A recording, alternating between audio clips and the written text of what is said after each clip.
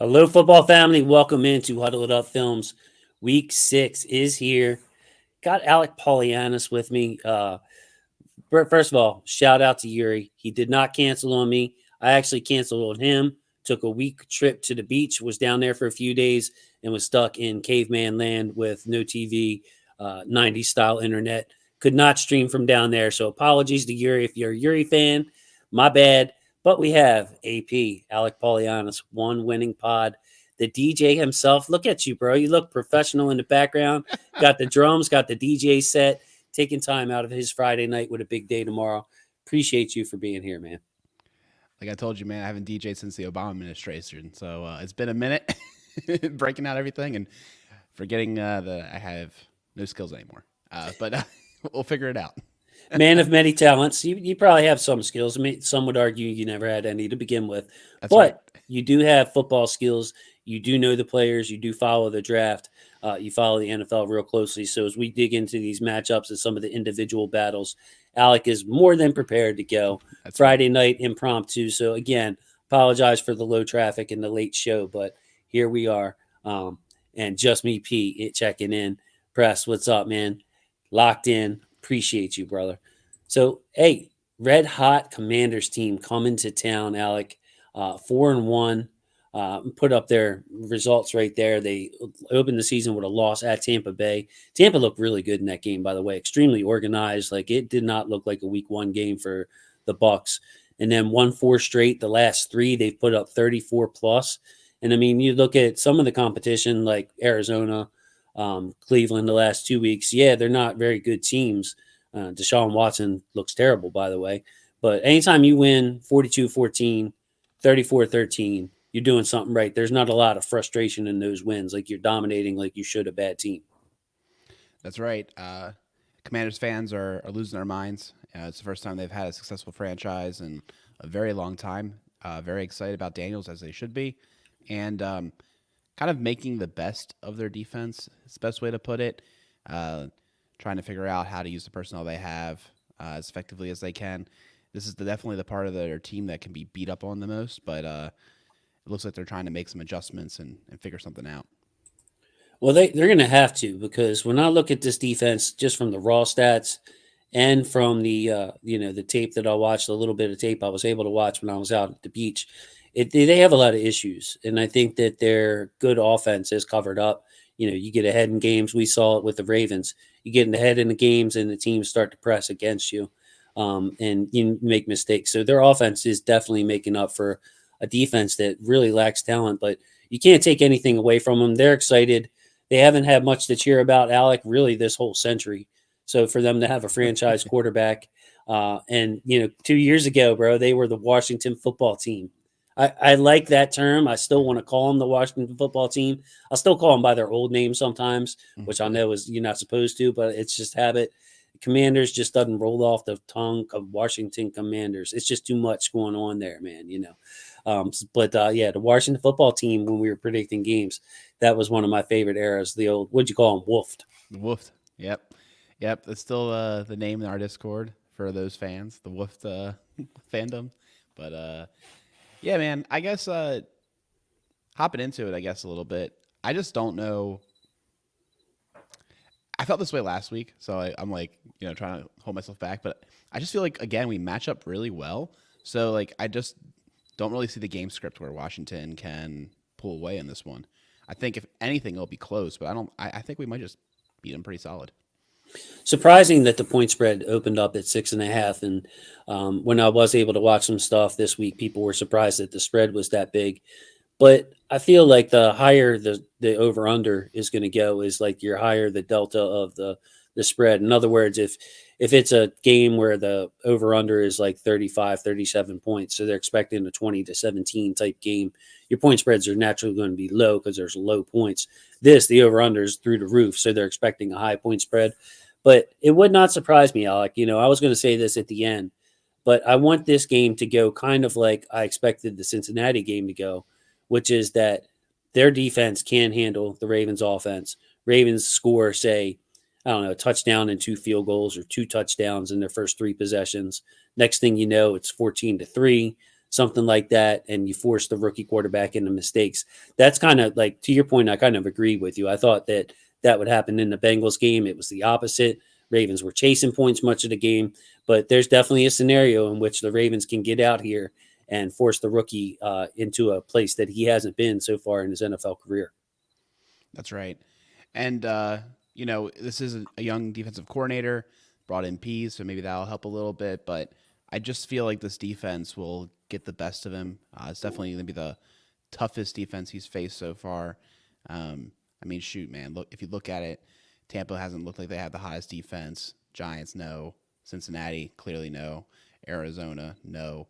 And Cleveland, they say it has a good defense, but their offense is so pitiful. You know, and I feel that really hurts the defense as well. So, Man, I wish I could be as optimistic, but I'm kind of freaking out a little bit about our defense. I do think I've been saying since week one, it'll get better, and it just hasn't. So I'm not sure what to think about that. I could definitely see another week like last week where it's just a ton of points and it comes right down to it. Injuries this week. So one of the advantages of doing a Friday show, we have this information already. The Commanders, the only person that was out was Tyler Owens. He was either undrafted or a late round pick. I remember him, big athlete, coming out of college with not very good game tape. The only major injury they have is Brian Robinson, who is questionable. That's their starting running back. That is this downhill. He's just a tough man to handle, tough man to tackle, big physical back. And then, of course, they have Austin Eckler, who will be in the matchups as we pull him up. For the Ravens, Broderick Washington out, Malik Harrison out, Arthur Millette still back. So we've seen injury reports look a lot messier in week 6, Alec. Both teams are kind of good to go. Broderick Washington probably like the biggest loss because the Ravens only have 4 other bodies on the defensive line. So we're going to be shorthanded against Washington rushing attack that's top 5 in a lot of categories. yes, that is disappointing. And, Malik Harrison, for as much as I feel like he's been picked on this year, is another guy who offers the run defense aspect. So definitely going to be a little bit thinner there. I guess we'll see a lot more of Simpson and a lot more of our other outside linebackers. So yeah, that's definitely a big loss. And I don't know what we're going to do with Broderick being out. I mean, I know that they've been flirting with this 4 tackle thing, so it's not completely foreign to them, but I just don't like it. I just don't like it at all. So it would be cool if they could practice squad elevate somebody, but last I checked, they don't really even have that good of options there. No, and that's bothered me in the preseason. Our backup tackles were getting pushed around something fierce, and so you look for like a big defensive tackle. Obviously, you practice squad, you're not going to have any sack artists or guys that can pressure the quarterback, but just to be able to have some kind of big body that can stuff the run on the practice squad would really be helpful because we're going to be down to the 2 studs and Justin Matabike, Travis Jones, and then we'll have Michael Pierce and Brent Urban. And that's going to be it from a defensive line standpoint. So, I mean, with rushing, you can get creative. You can bring more outside linebackers, rush the passer, switch guys around, yada, yada, yada. But if the Commanders get up on us and want to run out the clock, it would really help to have as many fresh bodies on the D line as possible. And like It, you said, Alec, we have like deactivated Brent Urban, I think, twice this year, yeah. and gone with 4 defensive linemen 3 times when Michael Pierce was hurt, I think last week or the week before. So this is not foreign to us, but I'm afraid it's going to bite us having only 4 D linemen. Like eventually, maybe not this game, but eventually. I agree, man. I think it's dicey. I do see that we have 2 defensive ends, and one of them was Chris Wormley. So maybe one of those guys gets activated. I just don't know their health status, but yikes. I mean, Yeah. yeah, I don't know.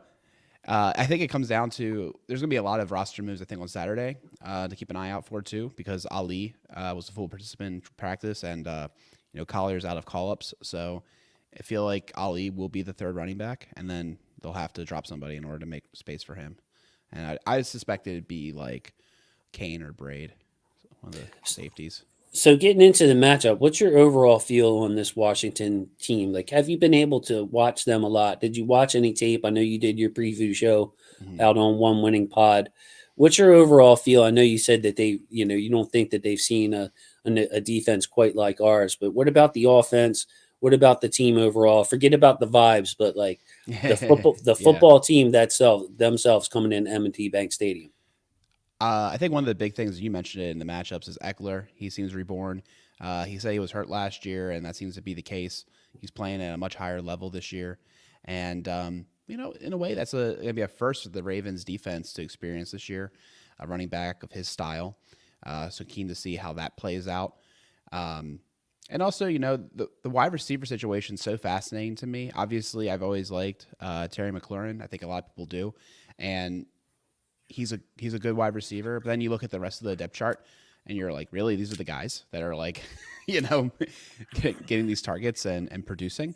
They had abandoned ship with Dotson. They shipped it away to an division rival. And when I did that, I thought that was an interesting move to just abandon ship like that. But then, these other guys are stepping up and playing their roles.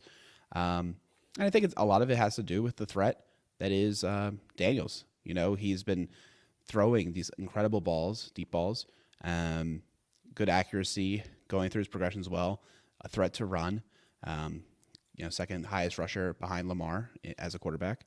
So I feel like they, in many ways, can get you off balance like the Ravens do. They don't really have the heavy personnel, though, to speak of, like that. They don't have like a big fullback. They'll use like Sinnott in that case, but he also hasn't been that big of a producer yet either.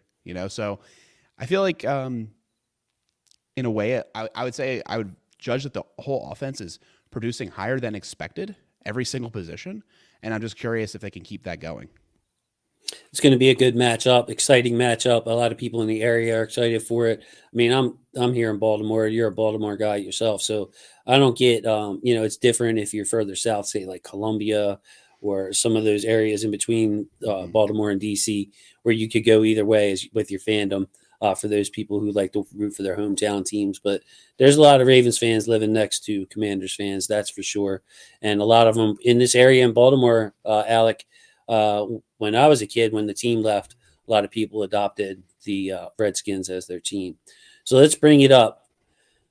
Here it is, the Ravens offense. Alec, we've been going with that 12 personnel because, man, the Ravens have been going heavy. If it's not two tight ends, you'll have Ricard in there, who basically acts as a tight end. Um, really tough matchup for any defense because, Alec, how do you handle the personnel on defense? Like we're bringing in Andrews, we're bringing in Likely, we're bringing in Ricard. If you go too heavy, we can sling the ball all over the yard, and these heavier guys can't catch Lamar. If you go light, we got big old Derrick Henry in the background.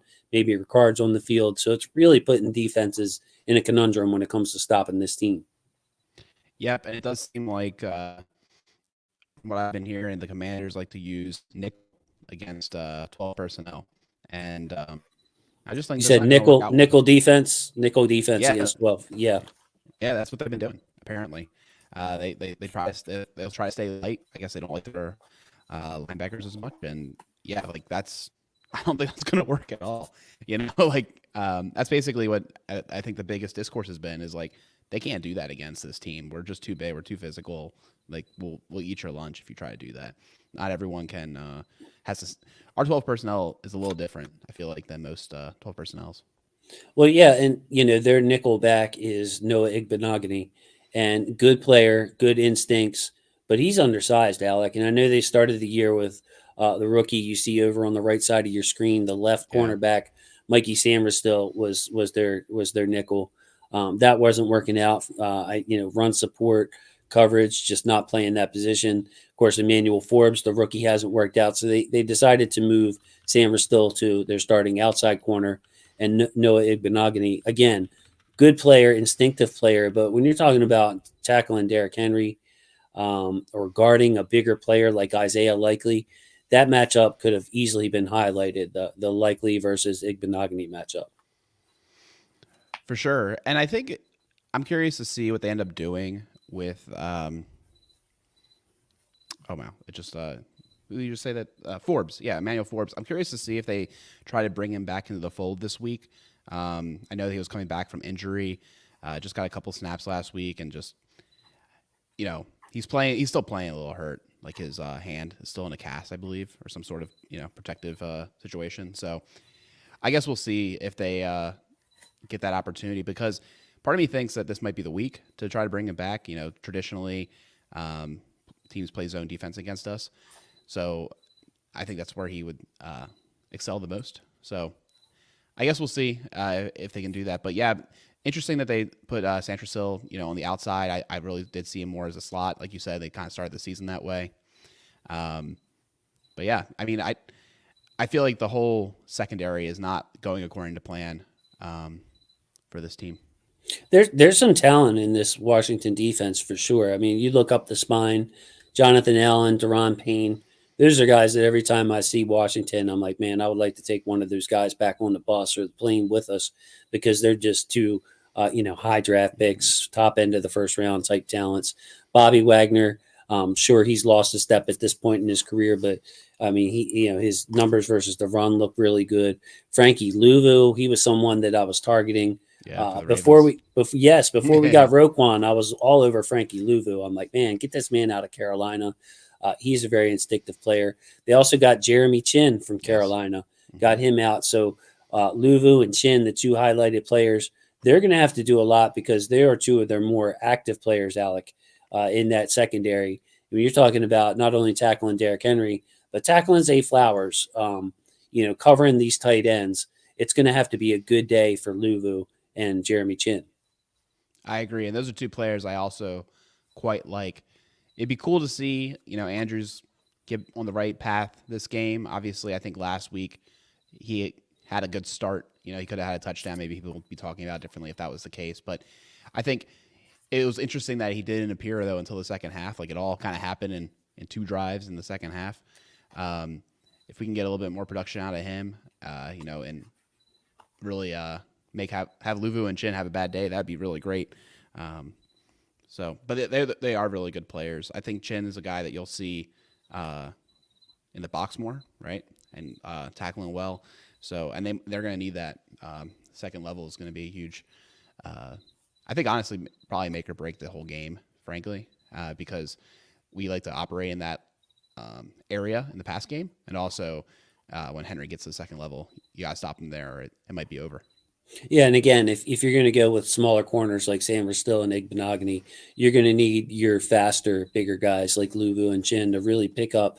Because like what I'm seeing this game from uh, like a game plan is a lot of runs, just like you saw from Derrick Henry to pretty much end that game last Sunday. Those crack tosses to the outside, maybe some pin and pulls, just some outside zone, anything to get Henry on the perimeter of this offense. And Alec, like people box Henry into like this between the tackles, downhill type runner, but Henry can execute any run in the playbook, and you saw that with his patience, his vision, allowing guys to block. The Ravens are blocking really well on the perimeter. You talk about Isaiah Likely and getting guys like Stanley, or if they go to the other side, Rosengarten out in space. Like this, Zay Flowers, Bateman, we've seen really nice blocks from them. Yes. So yeah, getting Henry on the perimeter, both in the run and how about the screen game, Alec? I think would be a really good idea against this lighter defense that when you look at their tackling numbers has been one of the worst teams in the league with tackling, kind of like the Bengals last week. For sure. Yeah, this is going to be a big test for them. I One thing I was looking at too, in this graphic we have McCary at guard. You're talking about the screens as well. Curious if they'll stick with it. Voorhees is off the injury report, full participant in each practice and no designation. So it seems like he will be available. So definitely interested to see what direction they want to go when it goes with offensive line and how that'll impact not only, run blocking and pass blocking, but also the screen game, which I feel like has been picking up. It's going to be really interesting. I'm glad you transitioned us to that because Roger Rosengarten has been outstanding. He is 20th in the NFL in pass block win rate. Ronnie Stanley ninth. For what it's worth. Sometimes those stats can be misleading because of the types of passes that you're calling, the quick passing game, and all that other stuff, the extra blockers in. But Rosengarten's been really good, and I believe our buddy Jeff Z asked Harbaugh about the offensive line and the personnel with where he's coming back, and he pulled out the old like Isaac P. Newton, man, like Objects in motion tend to stay in motion. Body at Yeah. rest tends to stay at rest. Pretty much Harbaugh leaving the door open for riding the hot hand, so to speak, with McCary and Rosengarten. And like with Rosengarten in particular, I don't know how you can take him off of right tackle. Like McCary struggled, Rosengarten struggled a little bit the first game, but it's just been getting better and better and becoming one of those lockdown offensive tackles. So either Voorhees coming back or McCary. That would be where I'm looking because I don't think McCary is going to play right tackle again. No. And that's just my opinion. Where do you stand on that? Like, how do you think they're going to line up on Sunday? Yeah.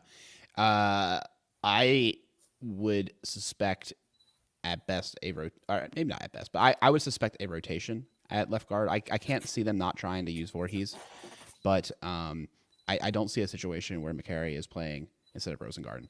I felt like Rosengarten deserved the start from the get go.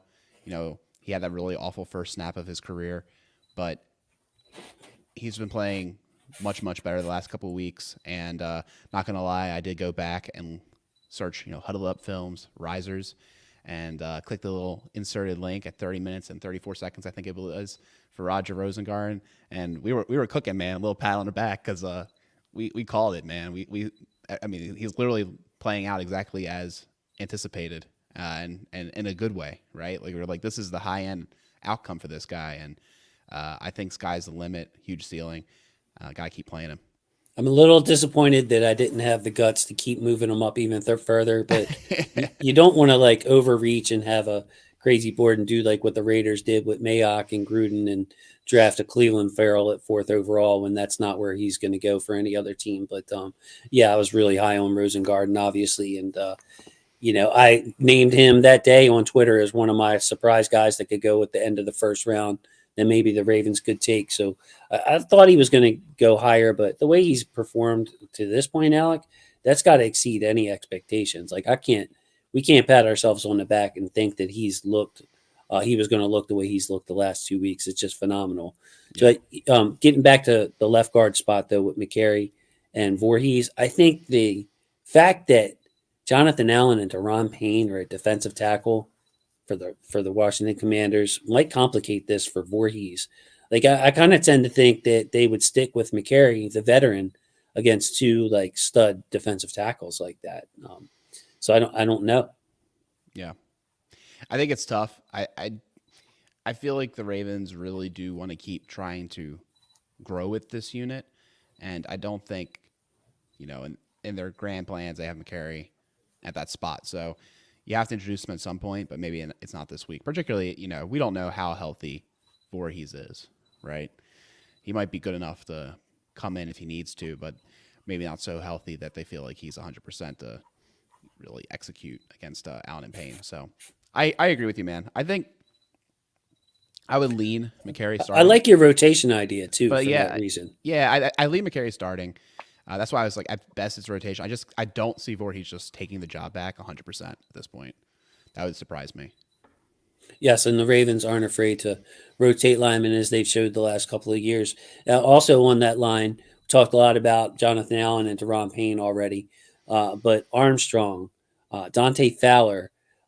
I think actually we mentioned Cleveland Farrell. He's hurt, and for them too, out. They don't have strong edge rushers here, especially from a pass rush perspective. They had sacks last week against Deshaun Watson, but 4 of those sacks came from Louvu and Wagner.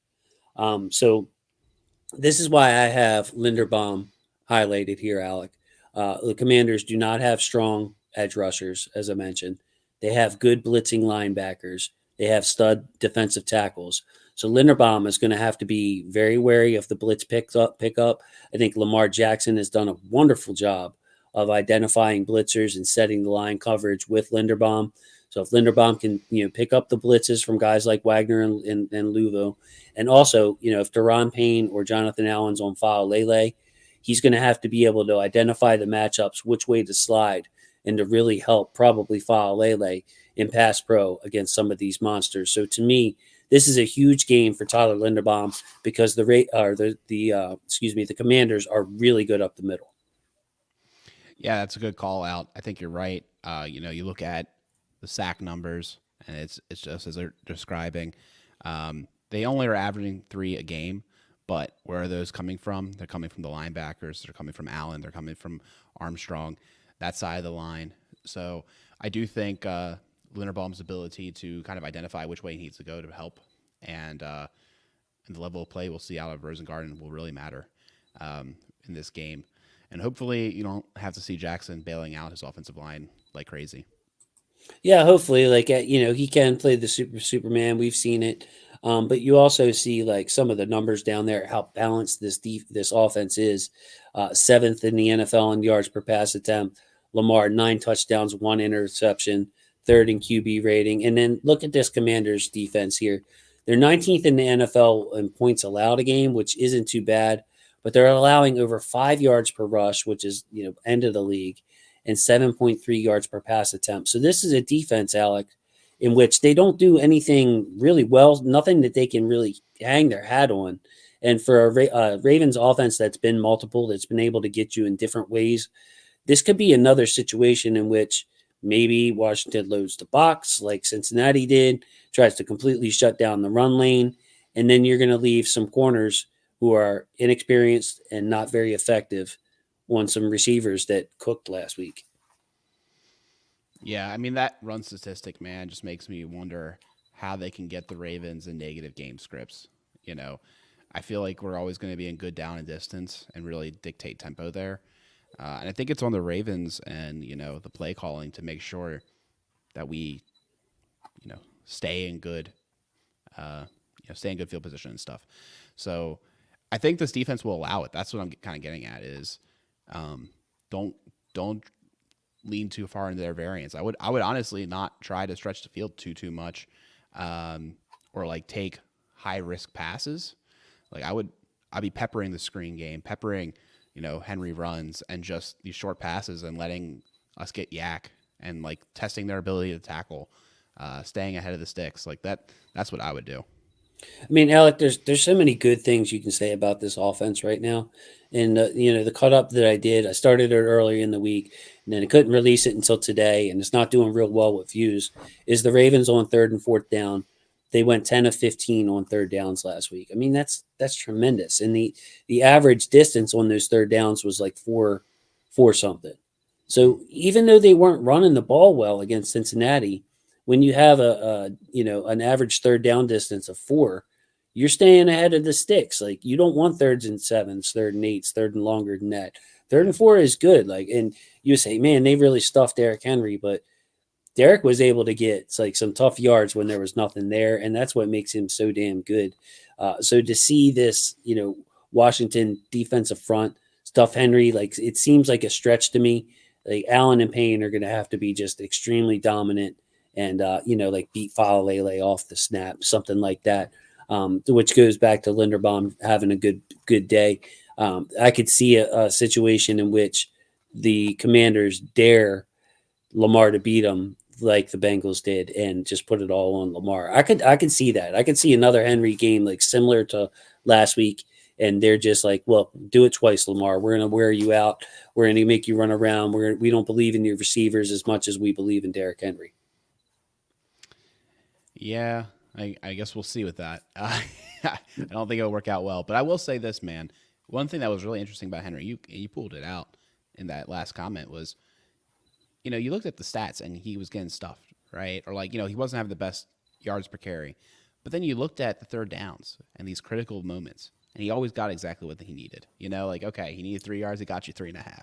He needed 1 yard, he got you 1.25. But he always got exactly what was needed in that time, and was really, I feel like, effective in running, even if it wasn't the best yards total. So that was a good call out. I thought that was an interesting last game. That last run really skewed all his stats. If you took that out, the whole running team, was much, much worse. But yeah, I think it was interesting how that played out. But I don't see that being the case. I don't think they have the horses, man. Like if even if they wanted to commit to stopping the run, I don't even know what that personnel looks like. That's what I'm kind of looking at when I look at their depth chart, I look at their snap counts and stuff. Like I don't think they have the personnel that they would feel strongly enough about. See my guy Taurus, man, shout out to you. Good luck with you and your channel.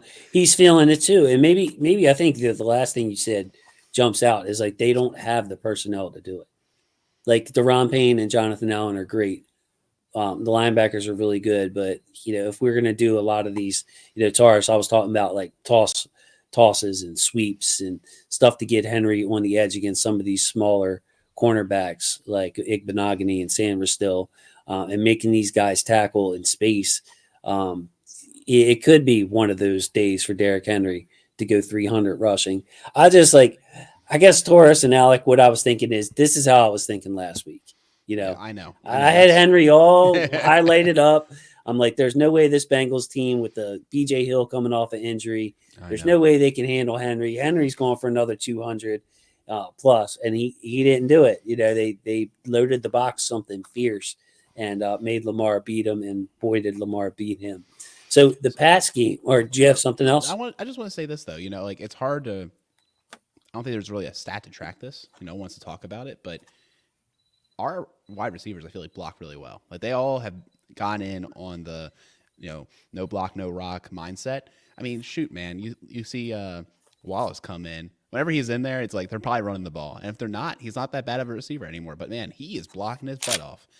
So I that's what gets me excited. I mean, Flowers is tiny, but he's doing his best. Bateman has had some highlight blocks. Likely and Andrews, I mean, are just like a convoy. It's so beautiful when they get upfield and start And blocking. Ricard too, yeah, Oh you throw yeah, him in there with those guys. yeah. And it's just like I just don't see. There's some business decisions being made, man. When those guys are coming at you, they move some men. So I just don't know. Like you said, like these smaller corners, you do a toss, like good luck, man. There's one play last week that cracked me up with Pat Ricard.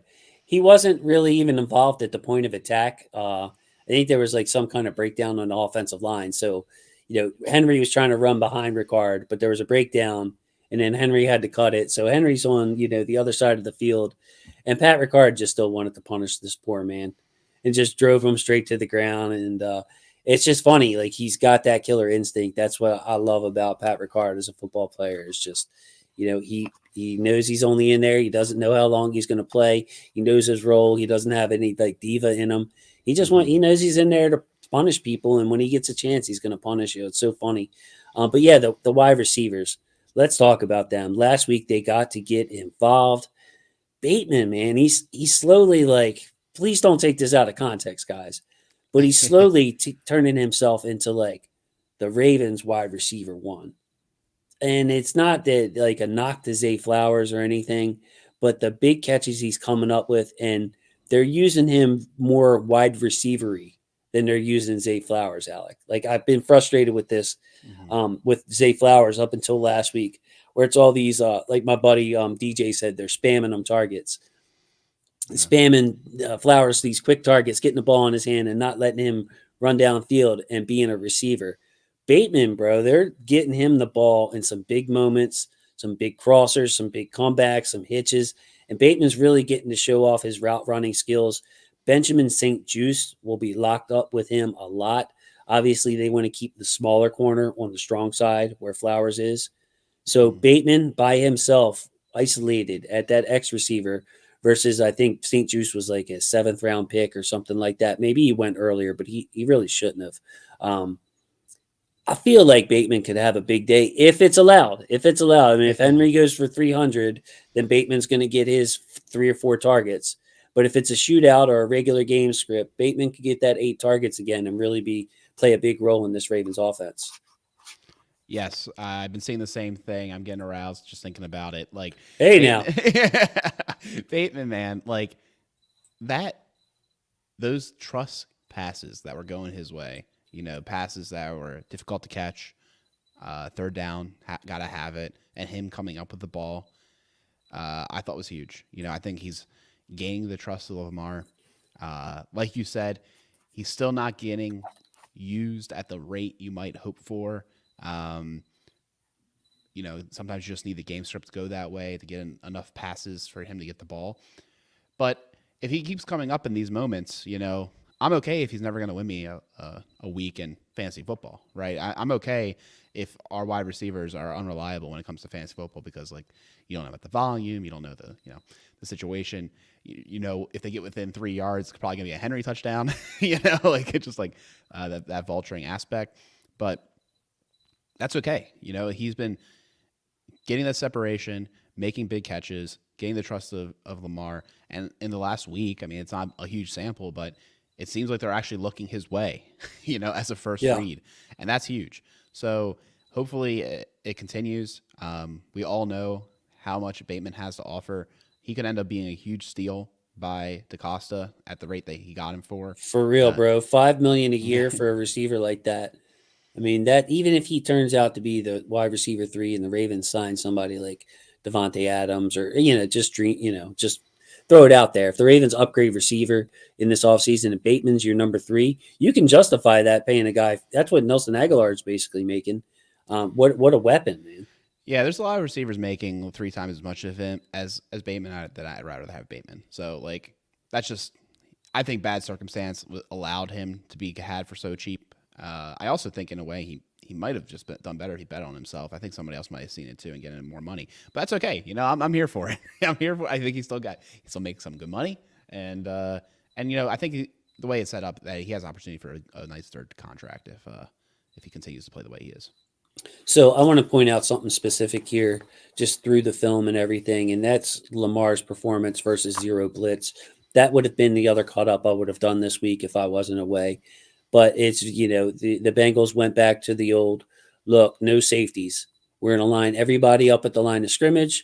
We're going to play what Coach DC calls sticks coverage. So basically, the cornerbacks are going to be lined up at the first down markers, no safeties, and we're going to just bring one more guy than you can block. So you got five running back or five offensive linemen and a running back. We're going to bring seven, and you can't block it. But Lamar buying time and allowing his receivers to get open one on one, and that's where I was really proud of Bateman. There was a little section on Ravens Wired where they were between Lamar and Bateman, and I'm not sure if you saw that, but he's like, "Look, just do what you did in practice." Basically, hey, Bate, if things go awry and they show that crazy look, just get open, bro. Give me somewhere to go with the ball. And if they start getting that kind of chemistry, man, it'll really open things up.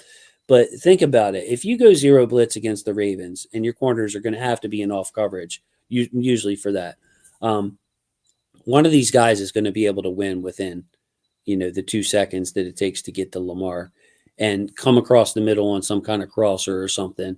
So, as long as Lamar doesn't get tricked and fooled, which he's done a really good job of, going back to that Miami game where we looked atrocious and didn't have no answers for zero blitz, Lamar could have threw like 3 or 4 interceptions that game because they kept dropping a nose tackle, but he didn't. He saw who was dropping out of coverage.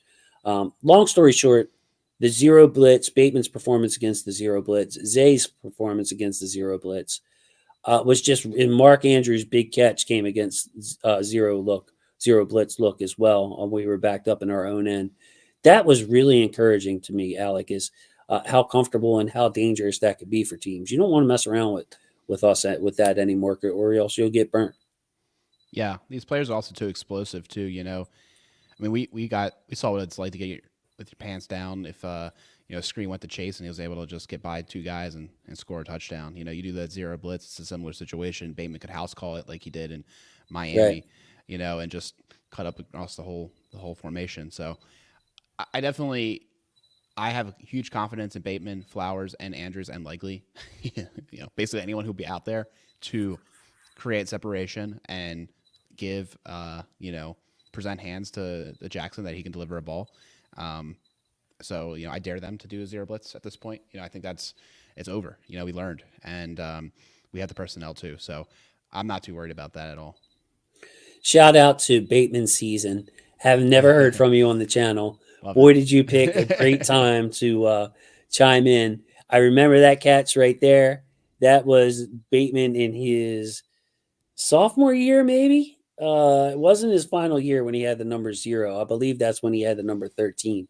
But Bateman made so many plays in college, ran every route, and that's part of the reason that I loved him. I wasn't in love with his hands, Bateman Season. I apologize.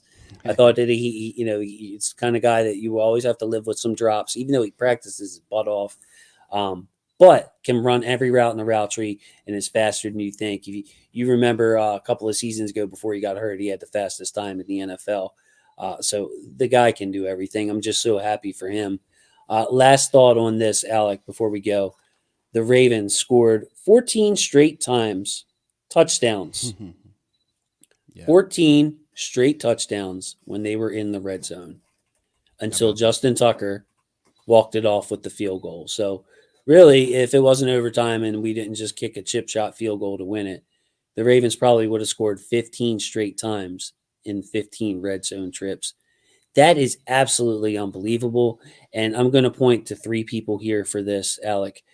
Take it away. You got Derrick Henry, monster in the red zone, leads the NFL in rushing touchdowns. You got Lamar Jackson, monster in the red zone, a master of creating space when the field is at its most condensed, which is the red zone.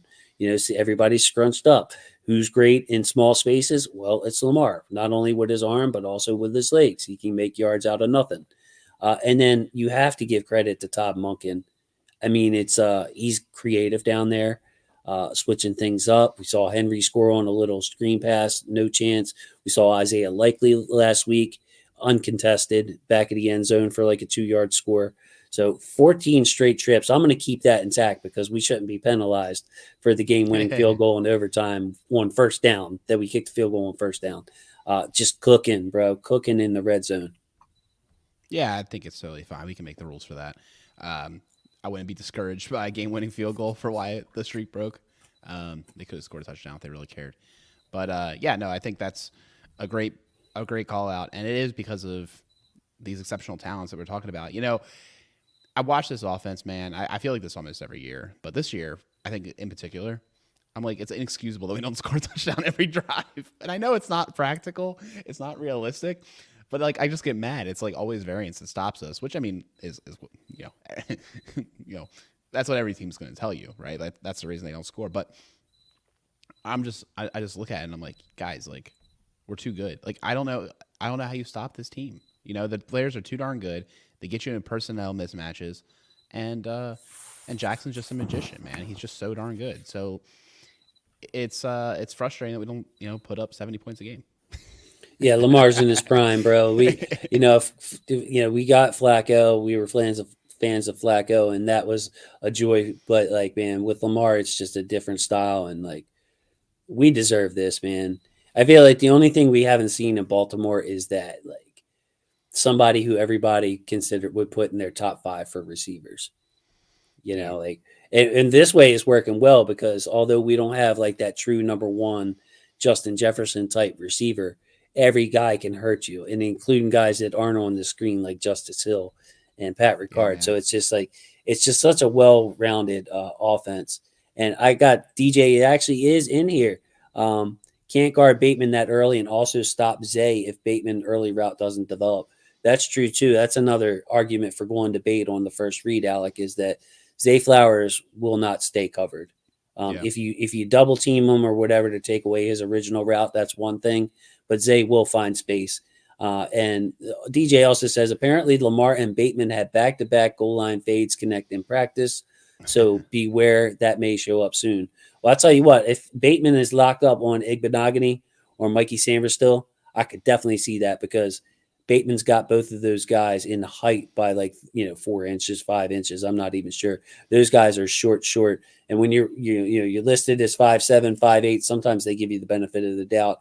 Alec, even at the combine, people don't realize that. yeah. They kind of like tiptoe it, and you don't get always true measurements. So that's all I have on offense. We're gonna switch to defense before I keep you too long, bro. You got anything else on this Ravens offense versus Commanders defense? Nah, man. I mean, I do. I'm glad that you brought up Justice Hill. That's another guy who's just been producing at a high level. His ability to catch the ball out of the backfield too has been really valuable for this team. Just easy. Like I'm just so happy they're finally giving Jackson some plays off. Just some easy read. Just get the ball out of his hands. Let somebody else do it. They're all capable of getting a couple yards and keeping us ahead of schedule and all that good stuff. I love that kind of stuff. So I'm glad to see that we're doing more of it. But yeah, let's flip over to defense, man. I'm having a good time. All right, let's go. Here we go. Here's the defense. These are the guys that I decided to highlight. I'll bring up the scroll on the bottom here. Commanders offense versus Ravens defense. You see Commanders first in the NFL in points per game, in even 31. The Ravens are second. Commanders are fifth in total yards per game. Alec, that speaks to that red zone success the Ravens are having, man. Like it's just that's just something else. Commanders passing offense ranks second in pass yards per attempt and fourth in yards per rush. So there's no weak spot in this Commanders team. We brought up their schedule earlier. Again, it wasn't exactly murderer's row of defenses, but they're doing what they got to do. But you got to hand that to them. Yeah, for sure. Like I said, I think they're all performing above expectation for this year. And I'm curious to watch and see how they're able to try to match up against us. Because I mean, look, man, Brown is a guy they got off waivers. I'm not trying to take anything away from him, but like he's literally a starting wide receiver that they got off waivers.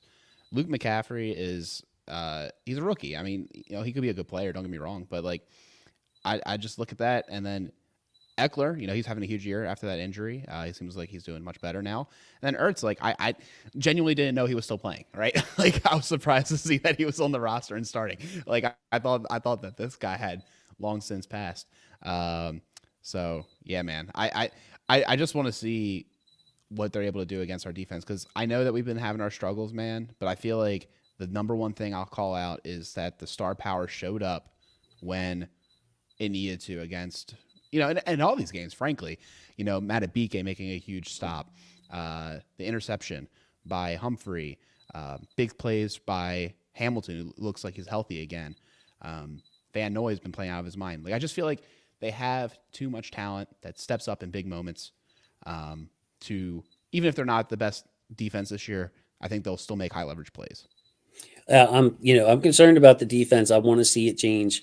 I've just been like, since week one, it'll get better, it'll get better, it'll get better, and it just hasn't from a passing standpoint. Now, obviously, you can see at the bottom, the Ravens only allowing 3.0 yards per rush, only one rush allowed of 20 plus yards this season. I mean, the run defense has been, I'd have to look, but it's darn near record setting. Like I can't remember the last Ravens team holding opponents to 50 some 60 yards a game rushing and 3.0 yards per carry. So the rush defense has been awesome, and it's forced teams to throw. Also, the Ravens scoring so many points and scoring so early and often has caused teams to be into throw mode, and maybe the Ravens have been a little more conservative. But man, I can't help but to be disappointed. And they brought in Dean Pease this week, and Dean Pease, of course, has seen a lot of football. He's a good coach. He's not going to be calling the plays, but we just look kind of disorganized, and that's why I have Marcus Williams highlighted in this game. Yuri's a big Marcus Williams fan. I think Marcus Williams has played really good football for the Ravens since he's been here, even when he was hurt until this year. And I'm just not seeing enough plays being made. I'm seeing too much space given between level 2 and level 3. And the Ravens' biggest obstacle to overcome this week could be Terry McLaurin out there at X receiver on Brandon Stevens. Brandon Stevens holds his own against everybody, but Terry McLaurin is a tough matchup. A lot of deep shots. So Marcus Williams is going to have to be on his P's and Q's. I would love to talk about Marcus Williams, but before we do, I want to give a shout out to Engraven, giving us that super chat, man. Hey, Engraven. What's up, buddy? Glad I did hear from Engraven. He is okay with the hurricane down there in Florida. That's great. So yeah, I was glad that he got back with me on that. I know he's busy. Total Engraven style, protecting the family. Had some family stay with him, but they are good. And I don't know who that guy is in the picture with Engraven, but he looks like he'd be a good quarterback. So yeah, thanks a lot, Engraven. Love you so much. Also, John Parsons saying too much freelancing for Marcus Williams. I want to bring in Stacy. Thank you, Stacy. Not concerned about the defense. I think the numbers are inflated by the schedule, the opponents that we have faced, and she thinks it, or he or she thinks it chases. I know some guys named Stacy, so Stacy, if you're a lady, I apologize. Think that changes this week. But yeah, and also Stacy, to add to your point, the game script. The Ravens scored early and all. Look at that Dallas game. It was never really in doubt until it was in doubt. But it was like, yeah, they just got 10 yards. Yeah, they just got 15 yards. Yeah, who cares? Just keep them in front of you. Don't let them score early. And passing yards can pile up that way, Alec. Yeah. Stacy is a guy. Okay, awesome. Thanks, Stacy. Yep. There you go. So here's my thought about Williams, and we talked about it a little bit on our show. and it was kind of inspired by a random conversation I had with Peter. But we were talking about Westberg rejoining the lineup for the Orioles and how like it would change how everyone around him started playing. They're so confident in him doing what he needed to do that they didn't feel like they needed to press before him. And I kind of like tied it into Williams. And I don't know if he has the trust in Jackson and the other guys right now, and he's trying to do too much, right? So he doesn't trust that the other guy's going to be in the right position. He's hesitating. He's second guessing. Going to John's point about the freelancing. So I feel like as these players start to really buy into the scheme and know their keys and play everything properly, we'll get back to watching those zones pass off so beautifully like they once did. It's the same guys. Like, it's basically the same players, dude. They should be able to do it. So Yeah. that's why I have the confidence. Like, I don't think they forgot. I don't think that they actually changed the scheme that much. I just think it's a trust issue. It's a communication issue with some of these new people. And you got to hope that they'll get there. I think there's too much talent otherwise. I agree. Same guys. It just doesn't make any sense to me. Something that I expect in this game as well is for Nate Wiggins to play more. You mentioned the receivers on that side for the Commanders. Excuse me, not only Noah Brown, who played for the Texans, but also De'Ami Brown, speed guy out of North Carolina. So it's not CeeDee Lamb over there. It's not Jamar Chase over there this week. This seems like a prime opportunity to get Wiggins back on the field, use his speed in this defense for a team that can attack downfield. And we've seen Jaden Daniels throw a nice deep ball, at least in the highlights. He got De'Ami Brown on one last week. Move Marlon in the slot, physical presence. And then by doing that, you would have Kyle Hamilton on the field more than Eddie Jackson. Now, I love using Kyle Hamilton close to the line of scrimmage as a weapon, but I got to be honest with you, Alec. Like in that Bengals game, we were getting beat deep so much, and Eddie Jackson just did not look good that I was ready to make the switch and just put Hamilton back there to have anybody that could provide some spark in the back end of that defense. Yeah. One thing I was just looking at too is McLaurin, his height's just 6 foot. I didn't think he was particularly tall. But one thing I worry about with the beautiful ball that Daniels throws is that, he could just throw a dime right over Stevens because we know that Stevens doesn't have the best ball tracking. And even though he'll be right there in sticky coverage, McLaurin could be able to get a couple of catches that way. So definitely something to keep an eye on and a matchup to pay attention to. Yeah, so I want to get to the Commanders. I keep trying to say the old name. The Commanders offensive line. Okay. Rookie Brandon Coleman. They've had, from what I've seen, a rotation there at left tackle. So Brandon Coleman is the guy who's getting the most snaps. He's a rookie out of TCU. I thought he'd be a better guard in the NFL, but they're at the point where they have to try to break him in at left tackle.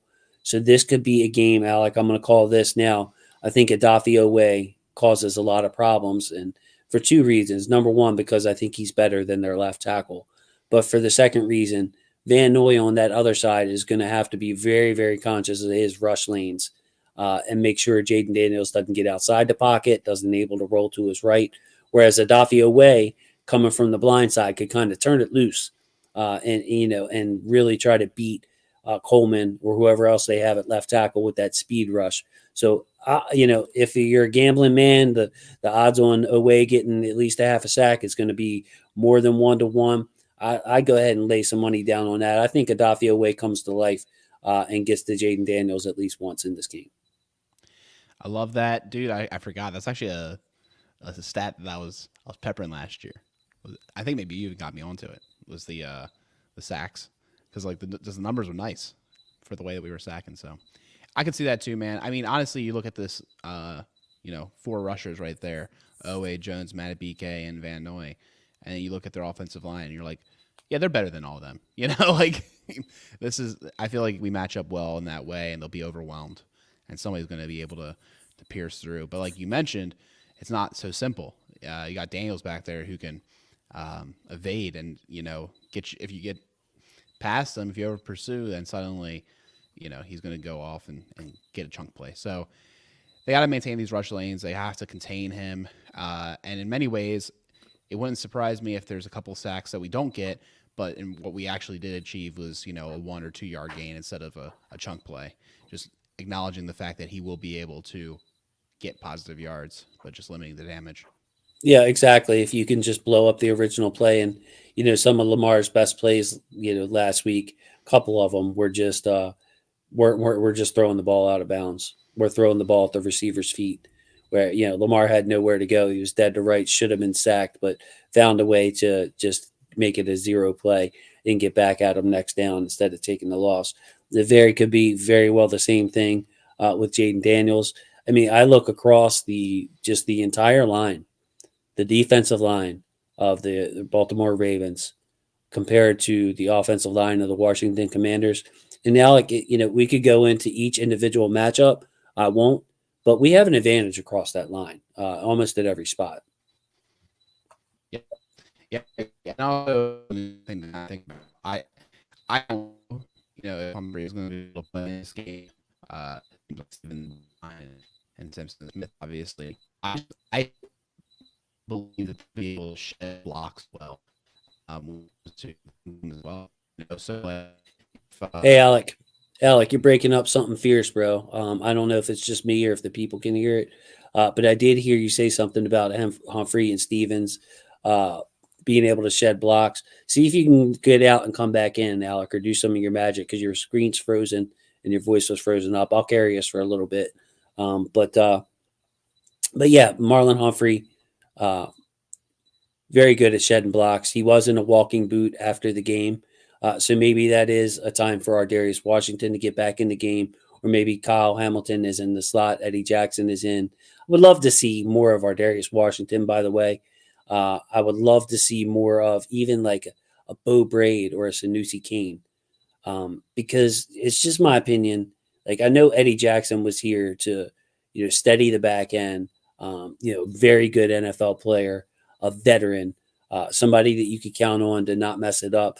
But I just haven't been a fan of how he's played. It's been almost like listless. Like, there's not a lot of energy. So you got Austin Eckler coming out the backfield, or these screen passes, these quick hitters. These young guys like Ardarius, but even Bo Braid and Sanusi Kane will come up and smack you. You saw that in the preseason. They are guys that can run and hit with the best of them. So I would love to see the younger guys get involved um, in this back end. Um, Also, going to go ahead and get to Austin Eckler. Austin Eckler, Brian Robinson, their power back is questionable for this game. I'm guessing he's going to try to give it a go and see what he can do. But Austin Eckler out of the backfield, obviously, same old, same old. Said he was hurt last year, as Alex said early in the program.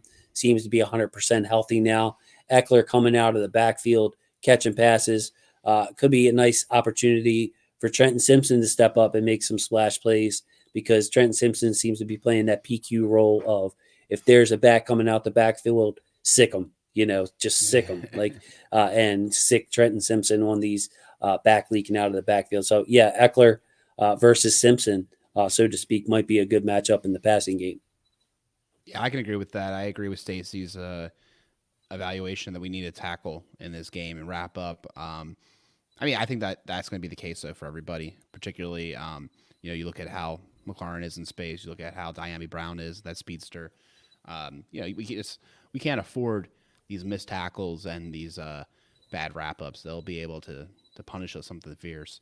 I mean, shoot, add Daniels to the list. He Yeah. he slips a guy and then he could go a distance. So I think that's a huge one in this game. I agree with you, Stacy. I also want to give a shout out to my man, Mr. James. Where are you, Mr. James? There you are. Love you, brother. Thank you for checking in. Always appreciate your comments in the video. Longtime supporter. So yeah, Mr. James, waiting for this game, big game between the DMV and Baltimore, because they try to put us in the DMV now. Baltimore's its own little city up here. But yeah, man, I look at this overall. Zach Ertz came with Cliff Kingsbury. Cliff Kingsbury is the Commanders' offensive coordinator.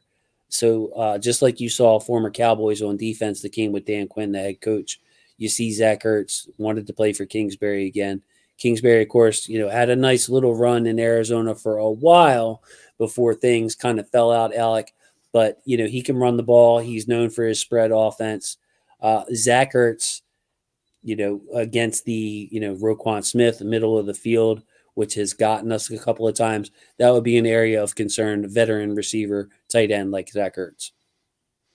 Yeah, I mean, I think he's got that savviness that you expect out of a veteran tight end at this stage of his career.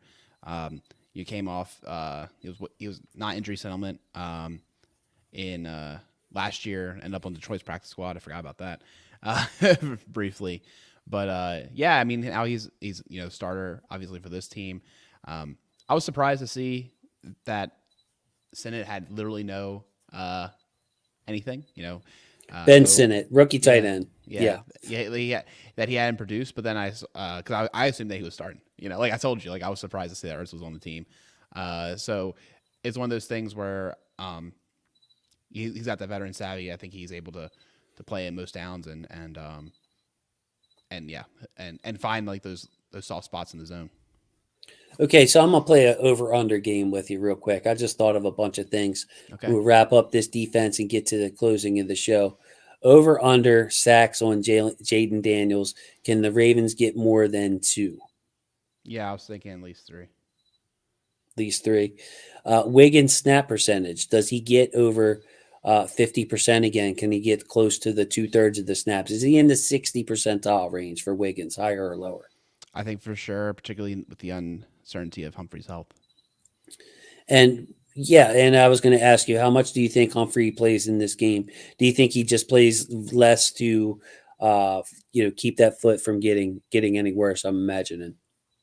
Yeah, I think it's possible. I do think you look at um, I love the 5 sacks. Honestly, just kind of roll back to the sacks real quick. If the game script goes away, I'm anticipating I think they're going to have to pass a lot, and then I think the sacks will come. It's kind of where I was getting with that number. Honestly, I feel like this is a game that if Humphrey is at a risk of re-injury, you just don't play him at all. Um, I can, I think we can deal. I think Luke McCaffrey's a guy that you could get Ardarius on. Like I don't think you need to use Humphrey and his physical nature and all that good stuff in this particular matchup. I kind of feel you on that because unlike the Ravens, who have a bunch of like B receivers, say we'll just call them B. You pick on me for calling them that, but we have a bunch of them. We have a team full of them. Like the Commanders have Terry McLaurin. Maybe you consider him an A receiver even, but McCaffrey, the rookie, Ertz not explosive. No in the receiver room. So from a talent standpoint, I could definitely see them easing off Marlon Humphrey this game, just letting Ardarius play more. You still have depth in guys like TJ Tampa if you needed to. Of course, the young safeties, and you can play Hamilton in the slot in their space. So yeah, I kind of like that. I kind of like that assessment. Like, don't let we need Marlon, so don't let him re-injure himself in this game. But yeah, it's going to be a great matchup. We got a prediction in here from John. John says Ravens 31, Commanders 19. I'm sold, John. I would take that. I actually kind of feel like the Ravens will get into the 30s this game, and if they keep having the same red zone success, this could be an upper 30s game or a 40s game. It would not shock me against this Commanders defense. The other side of the ball, excuse me, is where I'm not as optimistic. And I want to see this Ravens defense show up, put stress on the rookie, and make him look like a quote unquote rookie. Yeah, for sure. I don't know if you want me to do a score prediction. I said on our show 27-17 because I just didn't really. I don't want to disrespect them too much and pump the gas, a little bit, or pump the brakes rather, and not just go full gas with their offense. But I kind of agree with you, man. Like anytime their offense doesn't put up like 35, I'm upset. I'm ticked off, and that's just like it's not a healthy thing, but it's a thing. There you go. Wow, 52-10.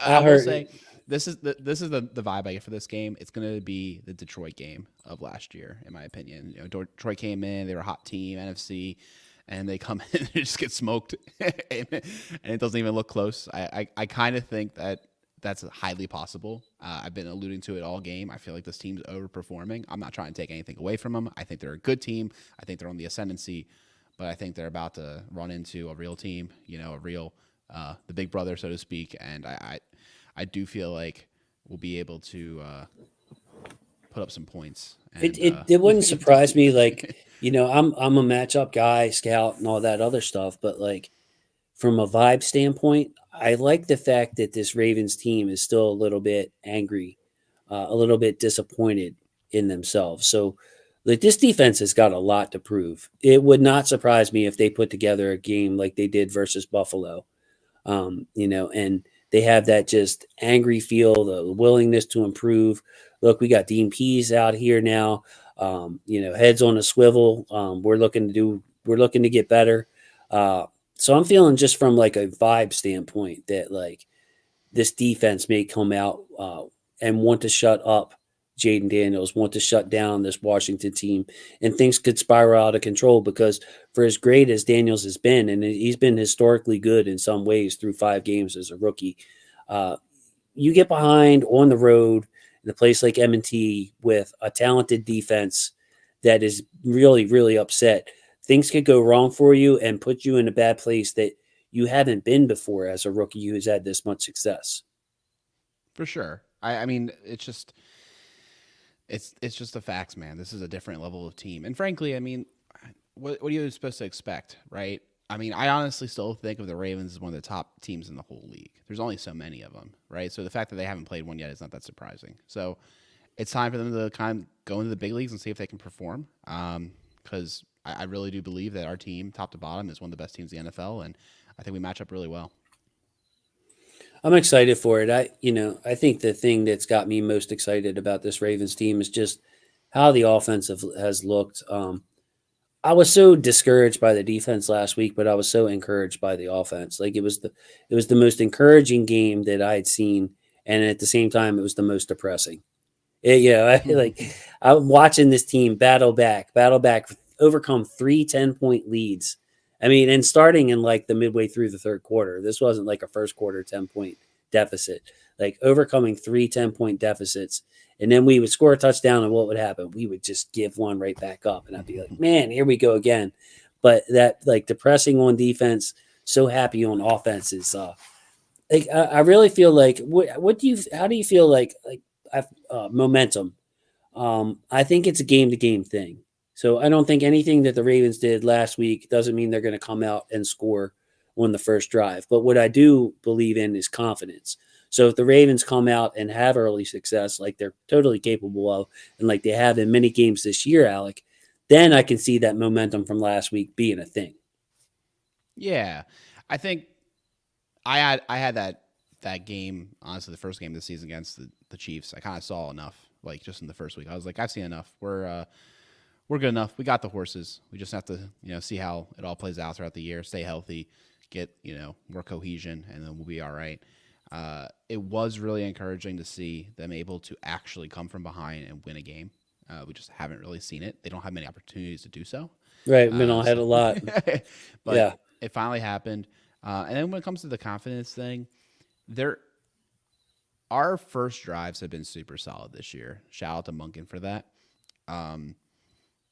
I think that they can keep doing that. And I do think that is something that they've already established is their ability to score on the first drive.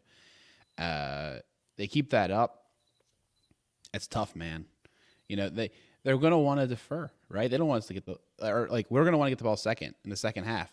So they'll want to give it to us to start the game, and we'll want to defer. But I think that we're going to score a touchdown the first one, and then it's really on them to keep up because, like we kind of said, I think if we get two scores ahead, they're going to be in chase mode and never get out of it. So Yeah. And again, I think like if we get up 10 points early or something like that, or even say we get up 14-0, that defense is going to come out, the Ravens defense, like it's a tie game, last drive, fourth quarter, 2-minute drill. Like this defense is angry, man. Roquan's getting called out. Marcus Williams is getting called out. The corners even are getting called out. I mean, Marlon's had a great season, but he was getting called out. Yeah. There's a lot of guys here with a lot of proof and a very, very proud secondary. And again, we just brought in an old coach because you guys aren't doing good enough.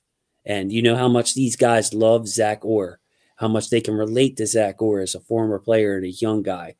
Man, I feel like this game could be 40-0 and guys will be out there just still trying to light people up and still trying to squeeze the life out of every time the Commanders have the ball. That's the attitude I'm feeling from this team. And we're going to need it. We're going to need it. Good. And if that Yeah. that defense starts picking it up and playing well, I'm looking at the rest of the schedule or the recent schedule coming up, and I really feel like we could go on a nice little run until we hit that Cincinnati game Thursday night in Baltimore.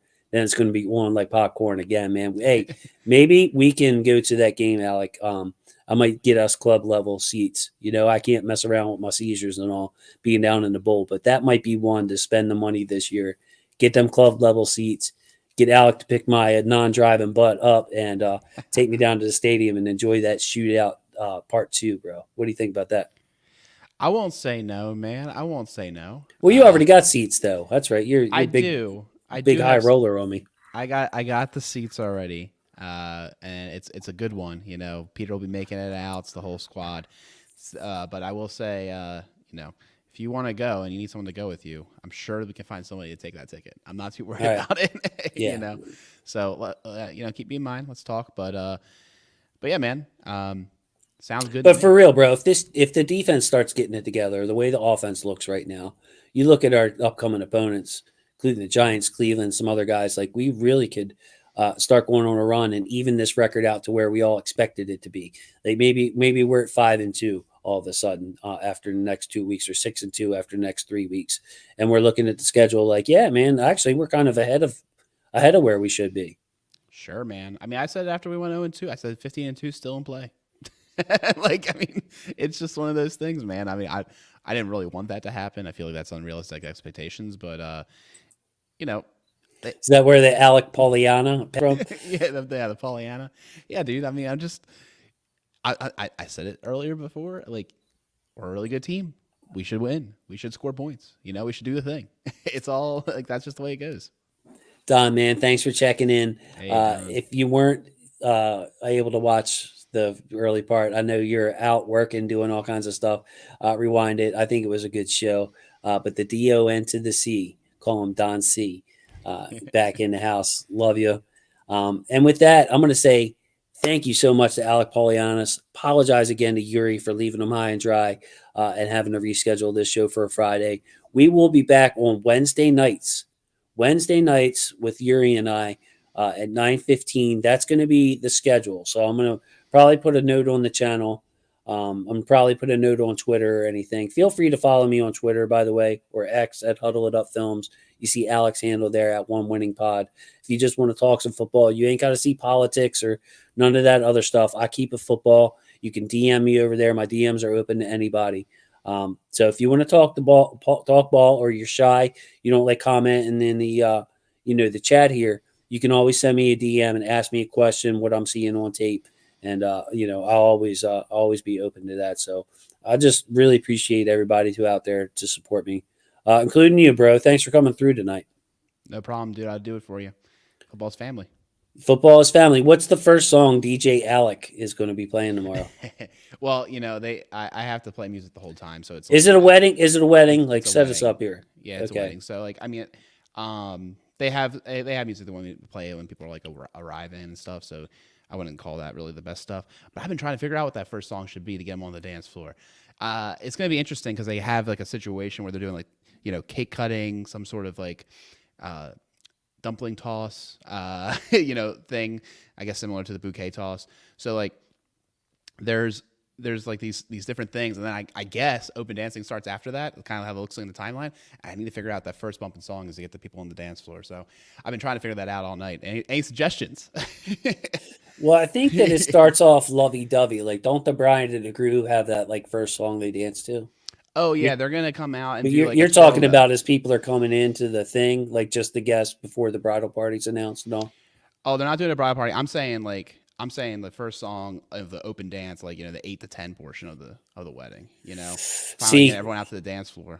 I don't know, like Everybody Dance Now by the CNC Music Factory or the Yeah, YMCA. Those might be like you might need to save those. You might need to yeah. save those till the liquor starts kicking in. I've never DJ'd before, bro. You're supposed to be the professional, so Like I said, I haven't done it in a while, so I have some ideas. I think you just have to hit. You gotta go straight to like a banger. Just like start hot and heavy and never let up.